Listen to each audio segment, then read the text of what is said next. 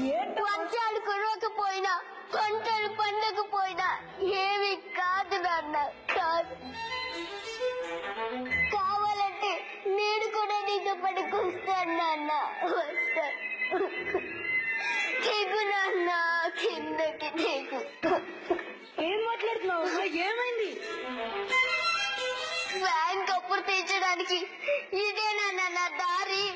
ఇంకొక దారి లేదా? నన్ను ఇలా ఒంటరి దారి చేసేస్తావా? ఏ దారమ్మా? నేను చనిపోతా అనుకున్నావా? ఏందో చావాలరా?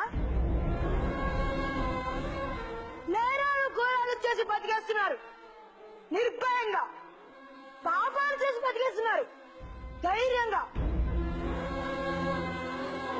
100 కోట్ల అప్పు చేసి ఎగ్గొట్టి దర్జా దోళ్ళ బతికేస్తున్నారు. నేనెందుకు చావాలమ్మా?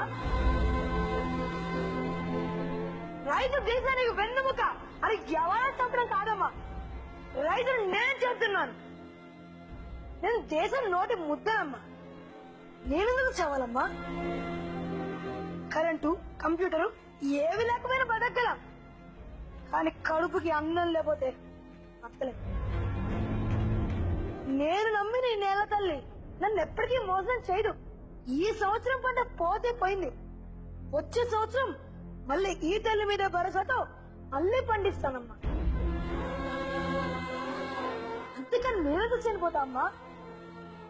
చంపాల్సింది చావాల్సింది మనం కాదు, మనల్ని కాదు, రైతు పండించిన పంటని మధ్యలోనే తినేస్తున్నా మధ్యవర్తుల్ని, దళారుల్ని. నాన్న